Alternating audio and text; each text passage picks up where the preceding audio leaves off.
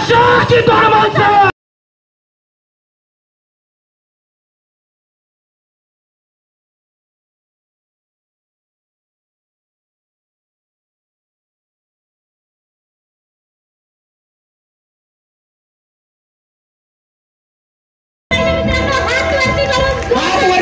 संभाजीनगर शहरामध्ये सरांचं आपण वेलकम करूया. आपल्या जोरदार टाइममध्ये जे वेळेची आपण आतुरतेने वाट बघत होतो, आज सरांचं आगमन झालेलं स्टेजवर. भी गिर जाता है भगवान राम के नाम से, जहर भी अमृत बन जाता है घनश्याम के नाम से, और हमारे सनेज वालों की जिंदगी में असंभव भी संभव हो जाता है महागुरु मिस्टर अशोक जी तोडमल सर जी के नाम से. कसे आहात? थकले नाही ना? 10-15 मिनिटात बोलणार आहे मी, चालेल ना? किती लोक तयार आहेत 15-20 मिनिटं ऐकायला? कारण की आता सकाळपासून बसलात ना तुम्ही, नाही 1 वाजल्यापासून. वा वा, रेडी आहे? सगळ्यात महत्वाचं, सगळ्यांना पाहून फार आनंद वाटला. हसरे चेहरे, ग्रेट. टाळ्या झाल्या पाहिजे तुम सगळ्यांना. नाही पाहून असं थकल्यावर आरामाची गरज असते, थकल्यावर आरामाची गरज असते, तहान लागल्यावर पाण्याची गरज असते, भूक लागल्यावर जेवणाची गरज असते. जेव्हा हेल्थ रिलेटेड आरोग्याचे काही प्रॉब्लेम्स असतील, पैशाचं काही टेन्शन असेल, नातेसंबंधात काहीतरी दुरावा असेल, तेव्हा सनेजची गरज असते. आजचा जो आपण संभाजीनगरमध्ये माहोल पाहतोय, जे वातावरण पाहतोय, आवाज क्लिअर आहे माझा? जे वातावरण आपण पाहतोय ना, तर मला असं वाटतं हे कुठंतरी भगवंताने भेटवलंय असं वाटतं आपल्याला सगळ्यांना. मला तरी असं वाटतं. ॲक्सिडेंटली कधीच कोणी कोणाला भेटत नाही. काय वाटतं? तुम्ही ज्या पण भगवंतावर, देवावर, जिजसवर, अल्लावर, बुद्धांवर, कुणापर विश्वास ठेवताय, रामवर, कृष्णावर, कुठली ना एक शक्ती आहे, ते कुठं ना कुठं कोणाची तरी श्रद्धा आहे. हे नो फार ते बोटावर मोडण्यासारखे 2-4 लोक असतील की त्यांची श्रद्धा नसेल, हे देव बिव काहीच नाहीये, ते पण टेम्पररी असतं. टेन्शन सॉल्व्ह झालं का त्यांना पण कळतो आहे देव आहे राव.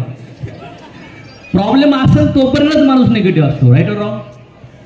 तर तुम्ही एवढ्या लांबून आलात, वेळ काढून आलात आणि आज 4-5 तास झाले इथं बसलात.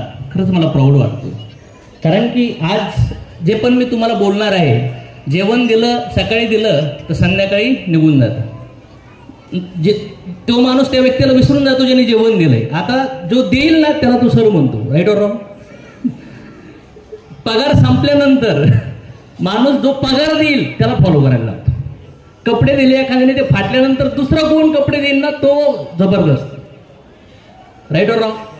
मग अन्न, वस्त्र, निवारा हे अशा गोष्टी आहेत, यांनी आपण, आपल्या आजूबाजूचे लोक फक्त टेम्पररी तुम्हाला रिस्पेक्ट देतील.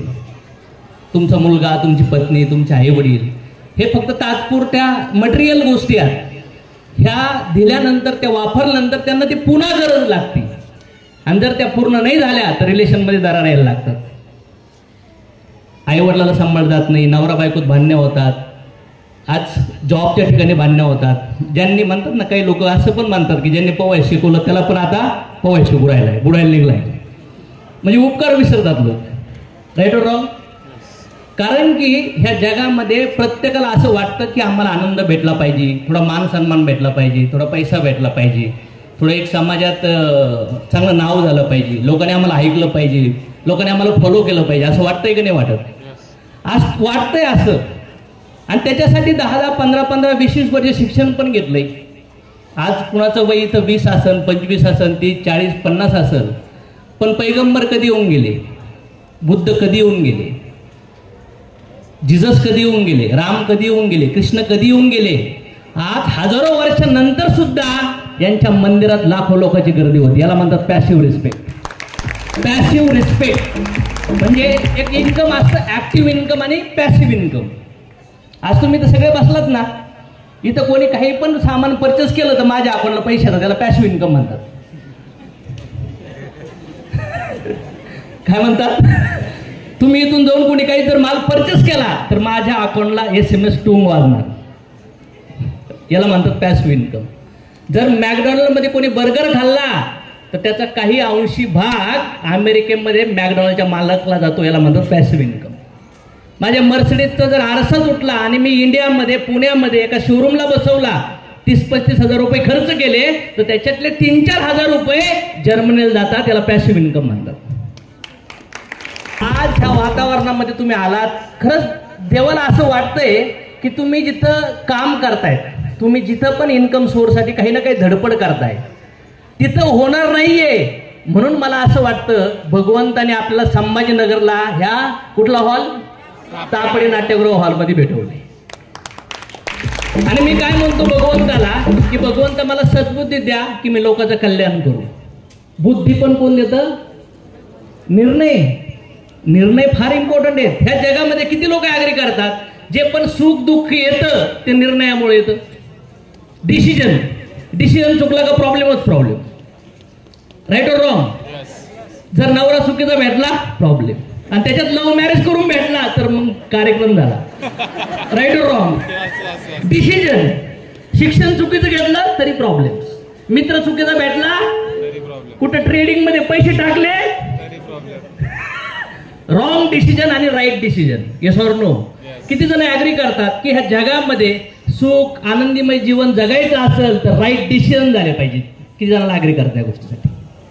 डिसिजन शिवाय पॉसिबल नाहीये. मग अर्जुन जेव्हा मैदानात लढायला म्हणत होता की मला लढायचं नाहीये, त्यावेळेस त्याचा डिसिजन, त्याची बुद्धी जी बदलली ती भगवान कृष्णांनी बदलली. राईट और रॉंग?